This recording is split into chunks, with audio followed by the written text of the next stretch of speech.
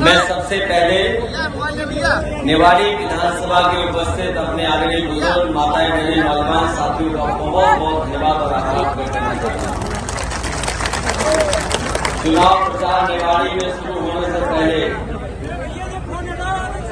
हम लोग जाकर के आशीर्वाद लिए हैं और मंदिर जाकर के हम लोगों ने आशीर्वाद लिया है और मुझे महसूस हो रहा है आप लोगों को देख करके कि इस बार जो परिणाम आने वाला है वो समाजवादी पार्टी के पक्ष में ऐतिहासिक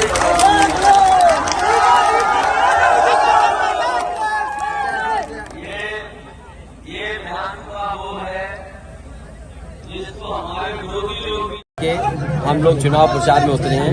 हमें पूरा भरोसा है कि आशीर्वाद हम लोगों पर रहेगा। जहां तक मध्य प्रदेश के चुनाव का सवाल है, यहां की जनता परिवर्तन चाहती है और परिवर्तन इसलिए भी चाहती है कि कभी बीजेपी कभी कांग्रेस और जो बुनियादी समस्याएं उनका अभी तक समाधान नहीं हुआ है।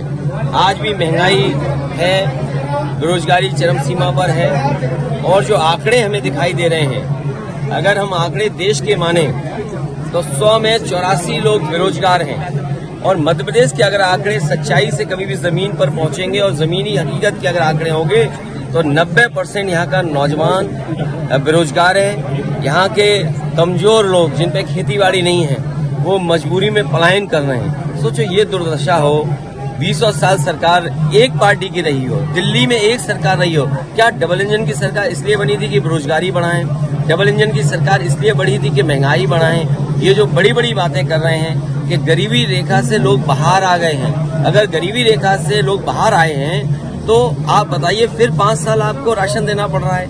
ये देश का कमजोरी दिखाता है हमारी अर्थव्यवस्था को और ये हमारा दुर्भाग्य है।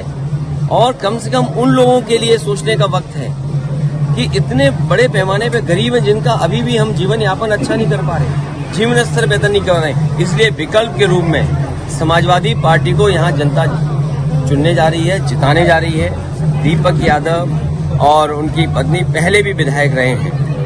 मुझे उम्मीद है इस बार जनता का आशीर्वाद मिलेगा और ऐतिहासिक वोटों से जीत करके समाजवादी पार्टी जाएगी। पूरे बुंदेलखंड को एहसास हो गया होगा कि सपा से गठबंधन करके राजनीति में किसी को बताने के लिए हम लोग राजनीति नहीं कर रहे हैं। हम लोग राजनीति में इसलिए हैं कि हमारी विचारधारा उनसे अलग है, लेकिन परिस्थितियों की वजह से हम कांग्रेस के साथ थे। लेकिन कांग्रेस को महसूस हुआ कि समाजवादियों की कोई जरूरत नहीं है, इसलिए हमें दूर कर दिया। हम समाजवादी लोग अपनी पार्टी को खत्म नहीं कर सकते। जिस विचारधारा को नेताजी लेकर के चले, डॉक्टर राम मनोहर लोहिया नेहरू जी के खिलाफ लड़कर के इस विचारधारा को आगे बढ़ाए हैं, तो उस विचारधारा को हम खत्म नहीं होने देंगे। कांग्रेस चाहती है कि समाजवादी विचारधारा खत्म हो जाए। हमारा संकल्प है कि समाजवादी विचारधारा को यहाँ और फैलाएंगे। तो क्या इंडिया बुंदेलखंड में आप दौरा करके अपील किया, परिस्थितियां बनती हैं, परिस्थितियां नहीं बनती हैं, लेकिन इस बार की परिस्थितियां तो आपका चेहरा बता रहा है कि समाजवादी जीतने जा रहे हैं। पूरे बुंदेलखंड का आप दौरा करके आए जी, बुंदेलखंड में क्या स्थिति है?